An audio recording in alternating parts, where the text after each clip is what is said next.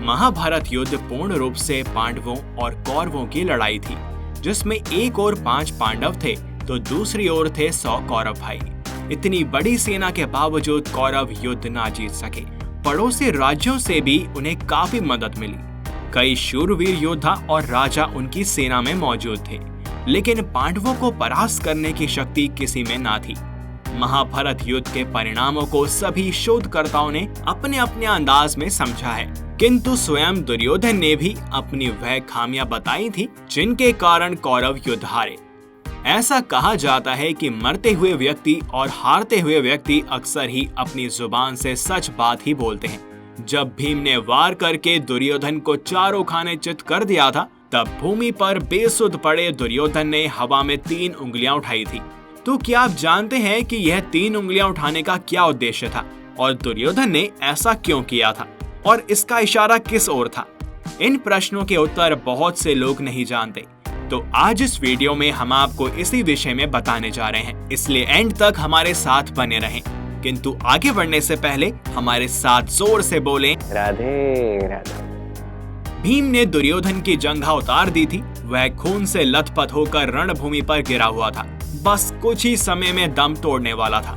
लेकिन भूमि पर गिरे हुए ही उसने श्री कृष्ण की ओर देखते हुए अपने हाथ की 3 उंगलियों को बार बार उठाकर कुछ बताने का प्रयास किया। पीड़ा के कारण उसके मुख से आवाज धीमी धीमी ही निकल रही थी।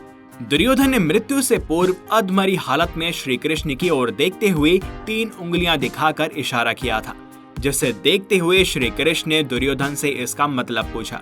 इस पर दुर्योधन ने जवाब देते हुए कहा कि उसने कुरुक्षेत्र में सिर्फ 3 गलतियां की थी, जिसके कारण आज उसका ये हश्र है और वह ये युद्ध हार गया।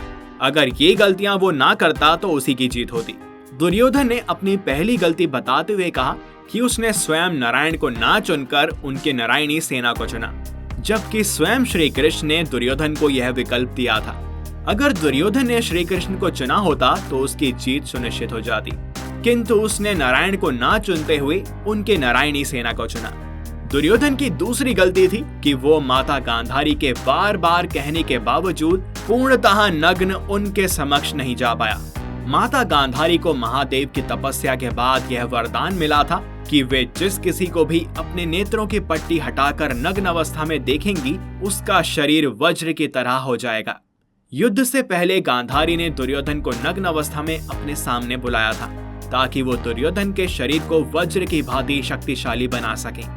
मगर जब भगवान श्री कृष्ण को इस बात का पता चला तो उन्होंने कहा कि ऐसे कैसे तुम अपनी माता के समक्ष नग्न अवस्था में जा सकते हो। इसके बाद दुर्योधन अपने शरीर पर केले के पत्ते लपेटकर अर्धनग्न अवस्था में माता गांधारी के सामने चला गया, जिसके चलते माता गांधारी की दृष्टि से दुर्योधन के शरीर का निचला भाग वज्र का नहीं हो सका।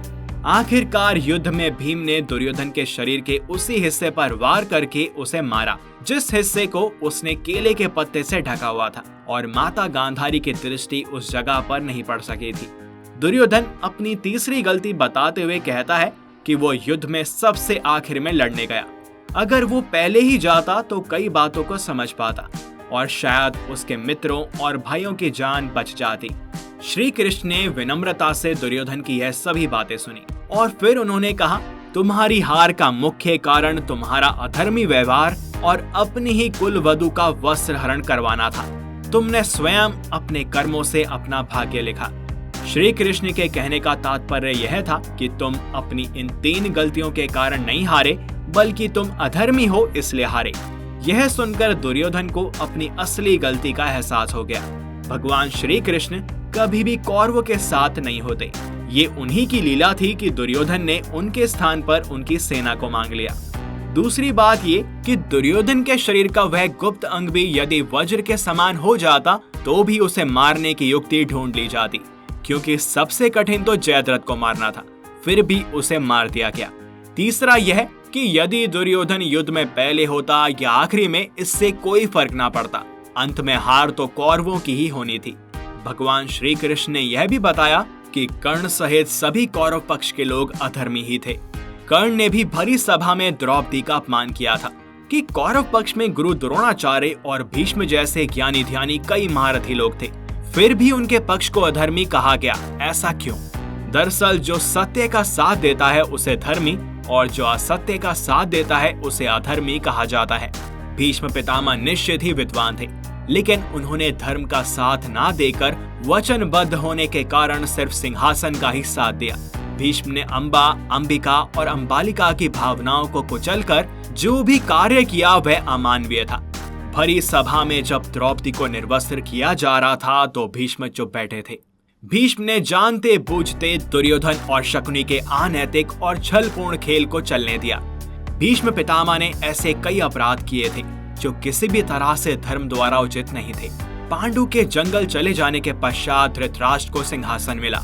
किंवदंती है कि गांधारी धृतराष्ट्र से विवाह नहीं करना चाहती थी, किंतु भीष्म ने अपनी शक्ति का दुरुपयोग कर गांधारी का विवाह धृतराष्ट्र से करवाया था। तो अंत में हम यही समझ सकते हैं कि दुर्योधन एक अधर्मी सोच का व्यक्ति था। उसके जिद, अहंकार और लालच ने लोगों को युद्ध की आग में झोंक दिया था। इसलिए दुर्योधन को महाभारत का खलनायक कहा जाता है। महाभारत की कथा में ऐसा प्रसंग भी आया है कि दुर्योधन ने काम पीड़ित होकर कुंवारी कन्याओं का अपहरण किया था। यह आचरण धर्म विरोधी तो था।